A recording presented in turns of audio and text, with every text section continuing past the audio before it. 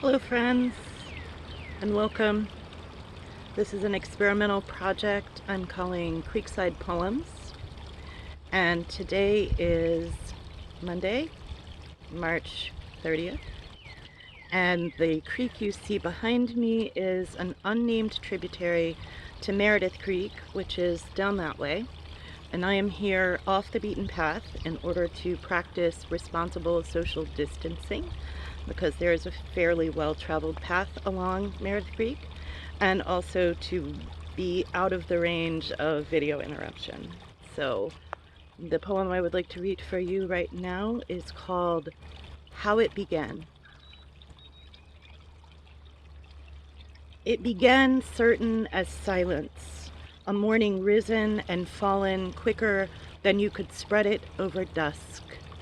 It began with a drive, a long one, a repetition of drives just like it, and nothing like weeks of when the road was closed for snow.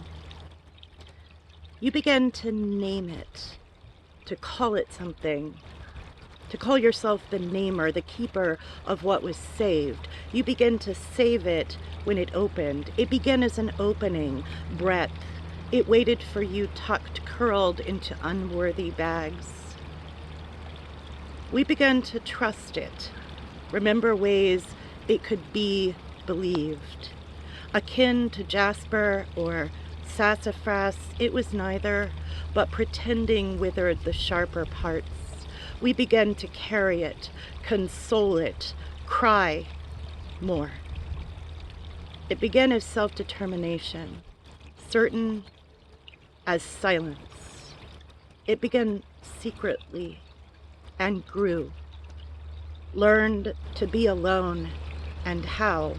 It related, softer, that it was not so wounded. It began to make more sense.